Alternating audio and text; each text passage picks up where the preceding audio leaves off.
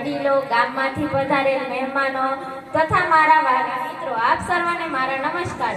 મારું નામ ખાચર આરાધના રઉભાઈ છે। હું ધોરણ 8 માં અભ્યાસ કરું છું। આજે મા બાપને ભૂલશો નહીં તેના વિશે થોડું વક્તવ્ય આપીશ। એમાં જો મારી કઈ ભૂલ થાય તો આપની નાની બેન ગણીને ક્ષમા કરજો।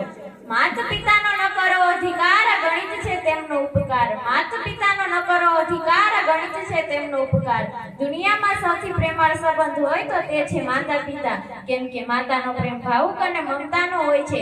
પિતાનો પ્રેમ જે કઠોર ખૂબ હોય છે, પણ પિતા જેવો નિસ્વાર્થ પ્રેમ બીજે કશે જ ના હોય।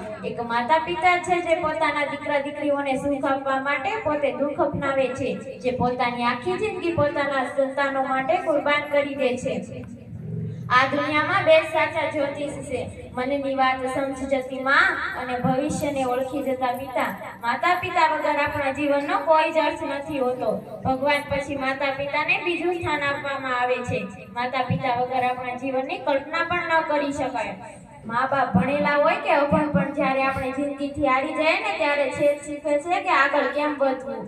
મંદિરની શોભા ભગવાન છે તો ઘરની શોભા માતા પિતા છે। તેના ચરણોમાં રહેવું તે જ આપણા માટે વરદાન છે।